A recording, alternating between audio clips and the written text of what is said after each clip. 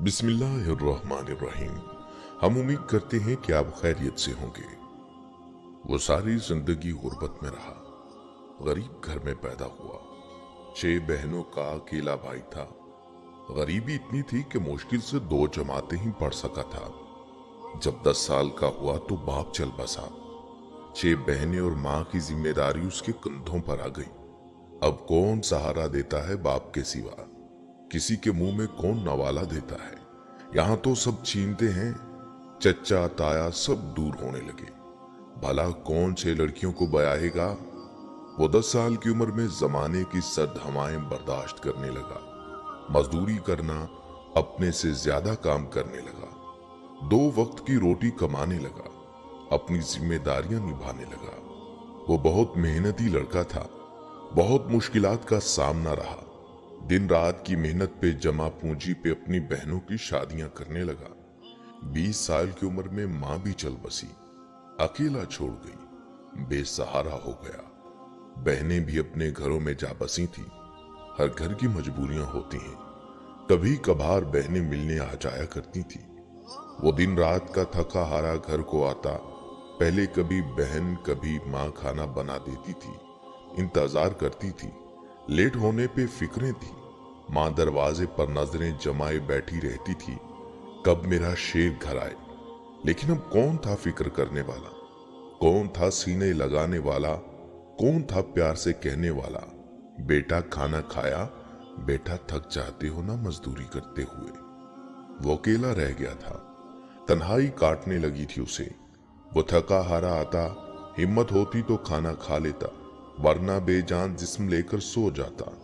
माँ बाप के बिना भी कोई जिंदगी होती है क्या? घर की हालत बहुत बुरी थी। कपड़े बिखरे हुए।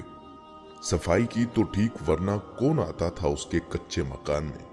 बहनों ने सोचा शादी करवा देते हैं भाई की। लेकिन गरीब की शादी भी कोई आसान काम नहीं होता। घर, काम काज, लड़कियों वाले भी बहुत सवाल उठाते हैं गरीब के दामन पे। खैर, किसी अल्लाह वाले ने अपनी बेटी का रिश्ता उस गरीब जादे से कर दिया। बीवी घर आई तो उसका कच्चा मकान जन्नत में बदल गया। वो टाइम पे घर आने लगा, घर से खुशबू आने लगी। वो बीवी भी जैसे कोई हूर थी। कच्चे मकान को जन्नत में बदल दिया था उसने। ये जो बीवियां होती हैं ना, ये हूरों से कहीं बहुत अच्छी होती हैं। दोनों में बहुत प्यार था। कभी भूख पे भी उसकी बीवी ने कोई शिकवा नहीं किया था। वो हर कदम पर उसके साथ रही, उसकी सांस में सांस लेती। वक्त गुजरता गया, खुदा ने उनको बेटा दिया। बहुत खुशियां मनाई गईं। उसने 3 महीने की कमाई लगाकर बेटे की पैदाइश की खुशी मनाई। वो दिन रात गधे की तरह काम करने लगा। खुदा ने फिर करम किया, एक और बेटे की पैदाइश हुई उसके घर में। वो 10 घंटे की जगह 15 घंटे काम करने लगा। अच्छे स्कूल में पढ़ाया, दिन रात मेहनत की। न दिन देखा न रात देखी, न धूप न छांव न सर्द हवाएं। बस वो जानता था कि उसके बेटे गरीबी से निकलकर अच्छे इंसानों वाली जिंदगी जी सके। बहुत मेहनत की उसने। एक को उसने अपना घर बेचकर डॉक्टर की तालीम दिलवाई। दूसरे को 10 साल की कमाई देकर बैरून मुल्क भेजा। वक्त का तमाशा था।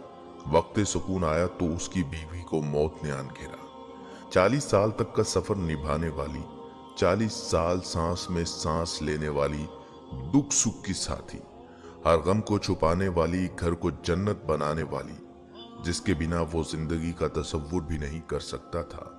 वो एक पल भी न लगा और पिछड़ गई। वो 60 साल की उम्र में पहुंच चुका था। बीवी के दुख ने उसको इस कदर बूढ़ा कर दिया था कि अब खामोश सा रहने लगा था। एक बेटा डॉक्टर बन चुका था, दूसरा अमेरिका में जाकर बस चुका था।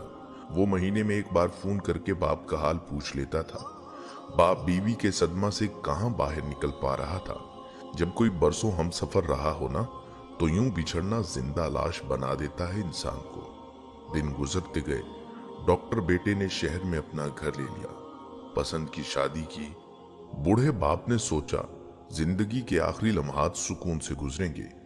वक्त सुकून था तो वो दुनिया छोड़ गई। अकेले में बैठा अपनी बीवी को याद करके बहुत रोया करता था।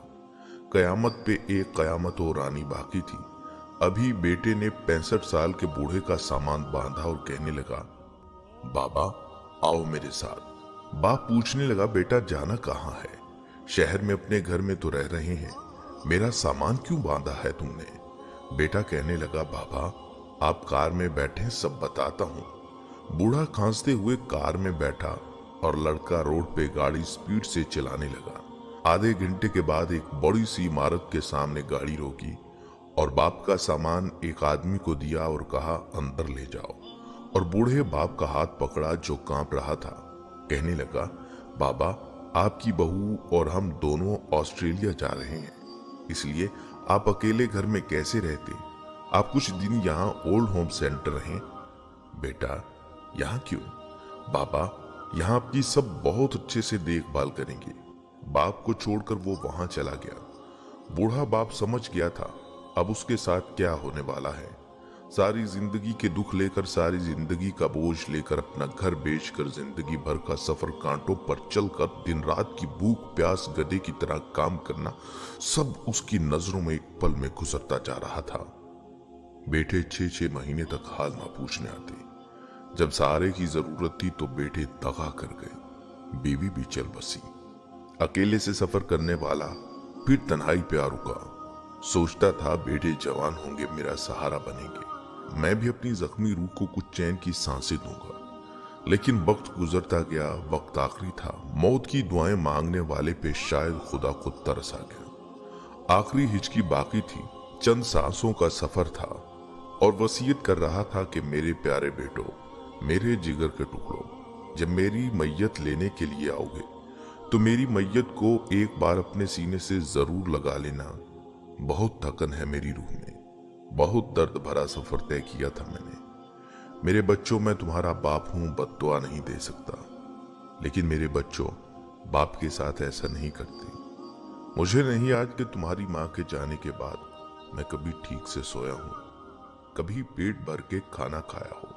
बेटा यहां तुम लोग छोड़ कर गए थे ना मुझे, यहां कोई हमें नहीं पूछता था। खाना खाया, बीमार हूं तो एक कोने में पड़े मौत की दुआएं करते थे। बेटा एक और बात, मेरी मैयत को यहीं से गुस्ल देकर कब्रिस्तान ले जाना और मेरे मरने के बाद तरह तरह के खाने बनाकर लोगों में ना बांटना। मेरी कोई तस्वीर भी घर में ना सजाना, वरना तुम्हारे घर की दीवारें भी तुम लोगों को माफ नहीं करेंगी। बेटा ये 105 रुपए और कुछ सिक्के हैं। सुना है अल्लाह ने तुमको बेटी दी है, ये मेरे 105 का कुछ मेरी पोती को देना, तुम लोगों की तरह प्यारी होगी ना। और हाँ, आज एक दुख रह गया खुदा से मुझे। मैं इतनी गरीबी और मुफलिसी में जी रहा था, बहुत खुश था। काश मैं बे औलाद होता, कम से कम अपने घर की दहलीज में आखिरी सांसें गुजारता, ना कि ओल्ड होम सेंटर में। ये अल्फाज थे कि बूढ़े बाप को हिचकी लगी और वो अजाब से निकलकर जन्नत रवाना हो गया। और टांग पे बांधा हुआ फटा सा कपड़ा उसके दर्द की गवाही दे रहा था।